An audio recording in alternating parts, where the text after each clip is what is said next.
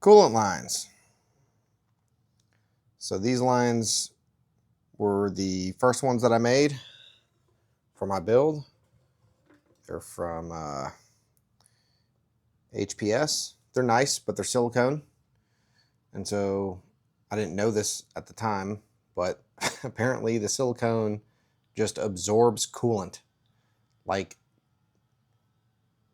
an insane amount and just evaporates it through the skin of the lines. So I took the opportunity to make myself some hard lines.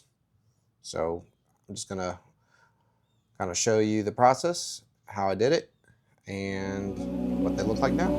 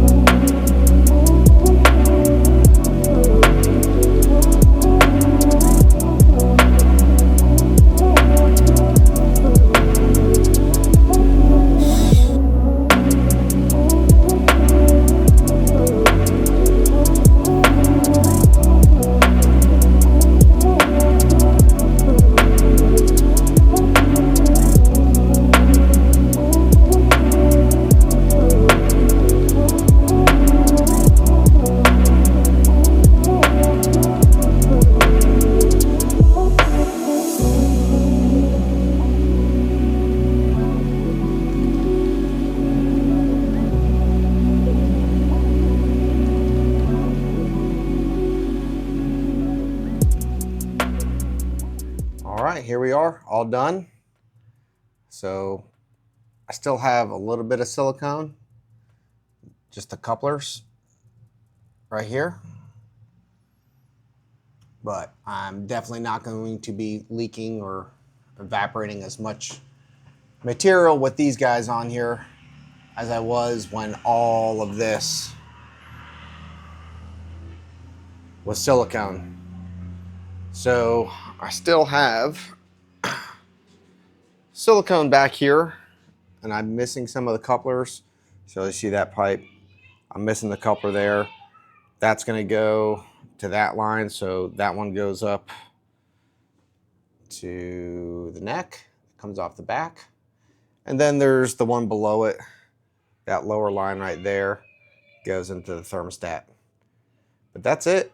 We now have hard lines. I did put that bung on there, as y'all saw. I was not really sure what I was going to do for turbo coolant routing.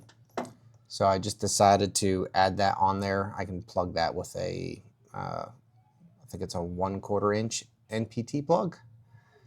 But I'm most likely going to swap out to the K20 water pump housing, which I have here. So K20 water pump housing, K20 water pump. I've got some fittings coming in from Track Tough to go here. And I've got a Track Tough one to replace this one that I actually got all this stuff from a buddy in the K-Swap group.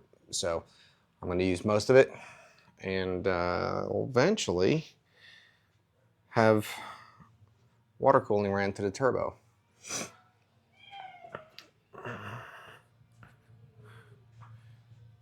Just got to get some fittings for that. I found some fittings that I really like that are actually extensions, so I don't have to mess with trying to, fit a wrench down in there. It'll stand off to about here. So, yeah. The list goes on, right? Nothing's ever done. But coolant lines are. I think it turned out pretty good. All right, till next time.